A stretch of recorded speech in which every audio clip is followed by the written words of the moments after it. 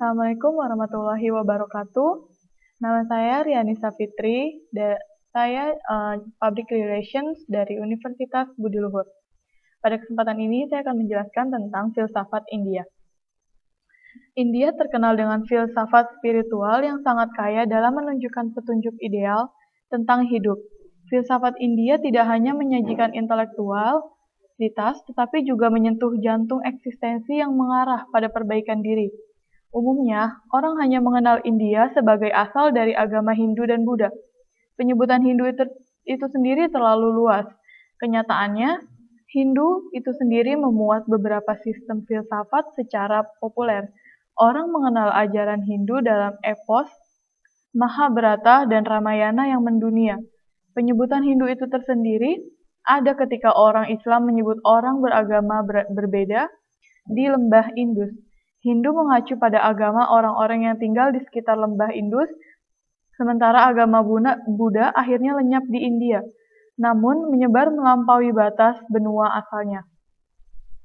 Pradeva. Memahami sejarah filsafat India, kita mesti tahu latar belakang sebelum masuknya bangsa Arya yang nantinya membawa Veda dan menetapkan sistem kasta. Veda disebut sebagai literatur India kuno paling awal. Max Muller menyebutkan Veda ada tahun 1200 sebelum Masehi, Hang tahun 2400 sebelum Masehi, dan Balgangadra itu Tilak menyebutkan lebih lama lagi, yaitu sekitar 4000 sebelum Masehi. Sebelum masuknya bangsa Arya, lembah Indus sudah memiliki peradabannya sendiri. Kebudayaan Dravida dengan peninggalan Mohenjo-daro yang berawal sekitar 4000 sebelum Masehi dari reruntuhan situs menunjukkan bahwa bangsa Dravida yang dicirikan bertubuh pendek, berkulit gelap, dan berhidup pesek memiliki bentuk religi yang menghormati kultus lingga dan praktik bertapa yang lebih mengarahkan pada diri ke dalam. Ada juga peninggalan bangsa Dravida dalam memuja Dewi Ibu. Bangsa Arya merupakan satu rumpun dengan bangsa Mesir dan Indo-Jerman yang bercirikan tubuh tinggi, hidung mancung, mata lebar, dan kulit putih. Bangsa Arya gemar berperang dan lebih progresif. Dalam melakukan lawan-lawannya, semangat seperti ini nampak dalam himne-himne yang ada di Veda. Agama yang ditampilkan bangsa Arya lebih berorientasi keluar, seperti memuja dewa-dewa yang memiliki kekuatan alam. Masa berkuasa bangsa Arya juga membuat adanya pergeseran cara hidup nomaden menjadi bertani. Dari situlah peradaban bangsa Arya dibangun. Selanjutnya Veda.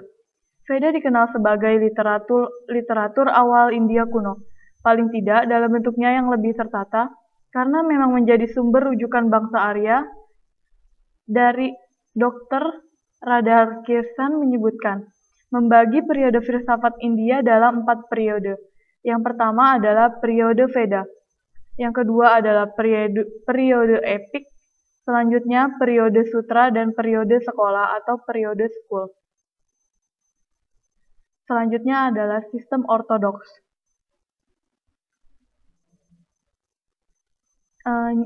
Sistem ortodoks ini didirikan oleh Gautama Aksapada pada tahun 150 Masehi. Nyanya berisi ajaran tentang logika seperti aturan debat dan beberapa subjek dasar seperti dunia, materi jiwa, dan Tuhan dan kebebasan. Nyanya dan Vaishika keduanya oleh penganut Vedanta dianggap sebagai ilmu batu loncatan filsafat Vedanta yang bercirikan monisme, sedangkan Samkhya dan Yoga sebagai jembatan menuju Vedanta. Dengan kata lain, Nyanya dan Vaishika menduduki filsafat yang paling dasar. Dan yang ada dalam puncaknya itu adalah Vedanta. Selanjutnya adalah Samkhya. Samkhya secara harfiah berarti pengetahuan benar seperti angka. Didirikan oleh Kapila, ada dugaan Kapila hidup sebelum Buddhisme lahir.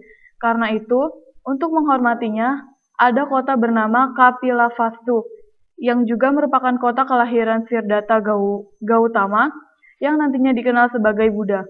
Namun demikian, para ahli sebagai Buddha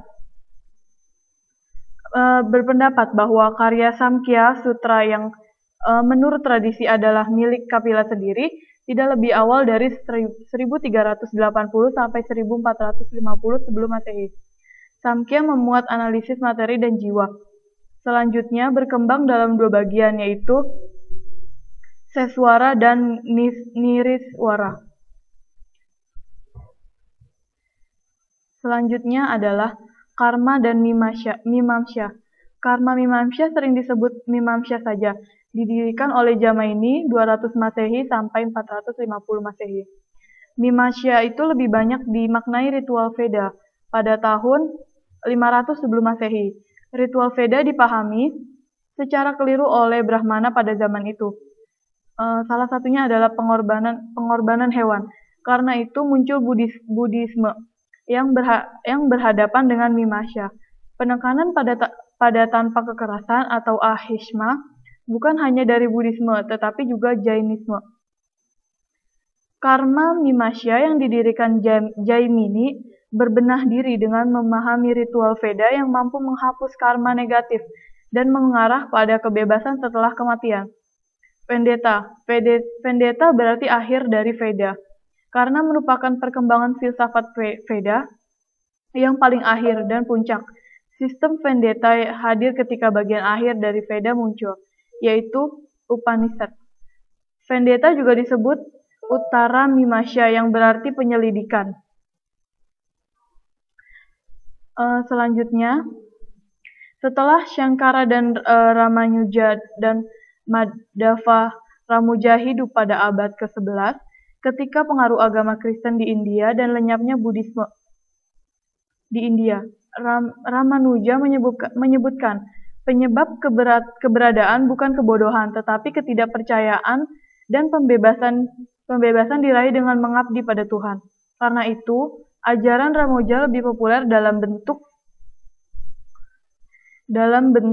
pemujaan Ramanuja didasari bahwa Brahmana atau dunia dan diri hanyalah bagian dari tubuh. Satu Brahman memiliki dua bentuk, yaitu diri dan materi. Yang selanjutnya yang keenam adalah sistem non-ortodoks. Karvakisme atau Karvaka merupakan salah satu sistem non-ortodoks yang kuno dan kini tidak berkembang lagi. Cara pandang paham ini adalah materialisme, di mana hanya materi sebagai satu-satunya kebenaran. Karvakisme memahami adanya 4 unsur, yaitu tanah, air, api, dan udara. Tapi tidak menerima konsep akasya, jiwa, dan Tuhan. Selanjutnya adalah Jainisme. Jainisme itu berasal dari kata jina, yang berarti penakluk, ketamakan, dan keinginan. Jainisme menolak otoritas Veda dan mengaku tidak berasal dari Brahman Arya, tetapi merepresentasikan kosmologi dan antropologi pra-Arya bangsa Dravida. Pendiri Jainisme tidak diketahui dengan pasti, tapi konon mengacu pada guru-guru peradaban pra-Arya, dikenal Parskva sebagai pemimpin Jain ke-23, yaitu sekitar tahun 872 sampai 772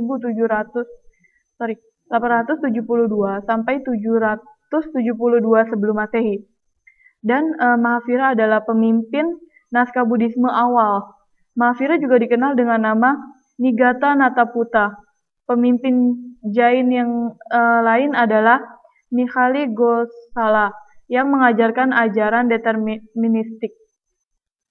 Selanjutnya adalah Buddhisme.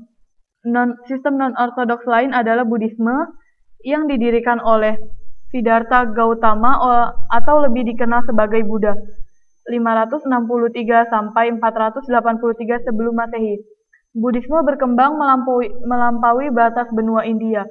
Kerangka besar Buddhisme didasari ajaran tentang 4 kebenaran mulia yang terdiri dari kebenaran tentang penderitaan, sebab penderitaan, lenyap penderitaan, dan jalan menuju lenyapnya penderitaan. Pendekatan Buddhisme tidak menjadikan dewa ataupun otoritas ilahi sebagai pusat perhatian, tapi lebih pada aspek psikologi dasar manusia bahwa masalah utama adalah penderitaan. Karena itu, tujuan hidup adalah kebahagiaan yang puncaknya adalah nirvana atau terbebasnya dari penderitaan secara total.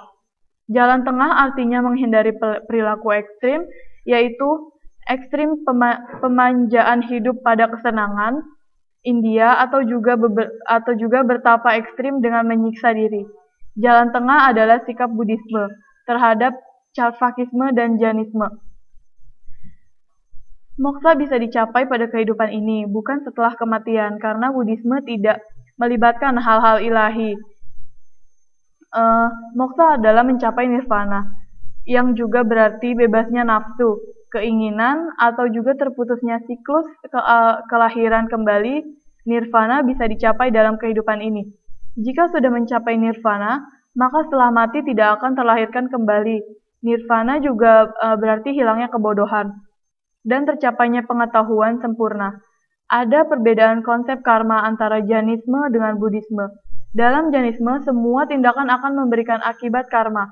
Karena bertapa Jain sangat disiplin untuk tidak berbuat tindakan yang dianggap merugikan makhluk lain, termasuk yang tidak disengaja. Sementara dalam Buddhisme hanya perbuatan yang disertai niat sajalah yang memberikan akibat karma. Buddhisme juga memiliki kesamaan dengan Jainisme mengenai usaha pembebasan, berbeda dengan paham deterministik dalam Mihaly Gosola yang menyebutkan bahwa usaha itu tidak perlu usaha, itu perlu proses penyempurnaan. Bisa dipercepat dengan disiplin dan latihan. Sebuah ciri khas lain dari Buddhisme adalah ajaran tentang tanpa aku. Diri sejati itu tidak ada karena disebut anatman, sebuah ajaran yang berlawanan dengan paham atman. Apa yang disebut aku itu hanyalah kumpulan gregat seperti kesadaran, persepsi, sensasi, dan bentuk-bentuk pikiran. Agregat itu disebut panca kanda, suatu arus perubahan terus-menerus yang tidak ada esensinya yang permanen. Justru karena kemelekatan terhadap sang aku inilah yang membuat penderitaan terjadi. Merealisasikan anatta adalah salah satu tahap latihan dalam teknik meditasi yang diajarkan oleh Buddha. Buddha pernah memberikan perumpamaan bahwa ajarannya hanya sebanyak segenggaman daun di tangan. Masih banyak daun-daun lain di hutan, namun daun di genggaman tangan ini mampu membebaskan diri dari penderitaan. Bentuk praktis Buddhisme adalah penghindaran spekulasi filosofis yang terlalu rumit, yang sering tidak bisa mengatasi penderitaan dan mencapai kebahagiaan. Karena itu, Buddhisme juga sering disebut sebagai psikologi tanpa psik. Beberapa sarjana juga menggolongkan ciri non-ortodoks dalam Buddhisme sebagai ateisme. Namun, jika kita mencermati lebih dalam, ateisme adalah rival dan teisme. Dalam teis ada yang mutlak, yang disebut Brahman, sementara ateis menolak yang mutlak. Brahman diterjemahkan oleh Tuhan. Sejarah filsafat India adalah evolusi pemikiran manusia yang mengarah pada spiritualitas. Saya memilih mengkaji filsafat India karena budaya Jawa dan mungkin budaya lokal lain juga memiliki akar yang sama seperti filsafat India. Jika kita cermati, setiap sistem filsafat berkembang dengan caranya sendiri dan merupakan reaksi dan keadaan yang diramaikan dengan perbedaan interpretasi. Bentuk primitif agama pada mulanya adalah pemujaan keluar yang lebih sebagai sandaran psikologis dalam diri manusia, lalu menjadi mengarah ke dalam, mengarah pada pemahaman diri yang membawa transformasi diri yang lebih baik. Memanglah tepat istilah Jawa, agamean. Agama memang hanya pakaian, hanya bentuk luar, yang di dalamnya mesti ada refleksi diri dan pencarian keluar, yang di dalamnya mesti ada refleksi diri dan pencarian ke dalam. Walaupun demikian, pencarian spiritual tidak bisa dipaksa, diatur secara mekanis, atau juga dijadikan standar moral tertentu, seperti yang dikatakan Muji Sutrisno. Filsafat Timur lebih berupa satu penawaran yang praktis mengenai kebahagiaan manusia. Orang tetap bebas menghadapi penawaran ini. Sekian penjelasan saya mengenai filsafat India. Kurang lebihnya saya mohon maaf. Terima kasih.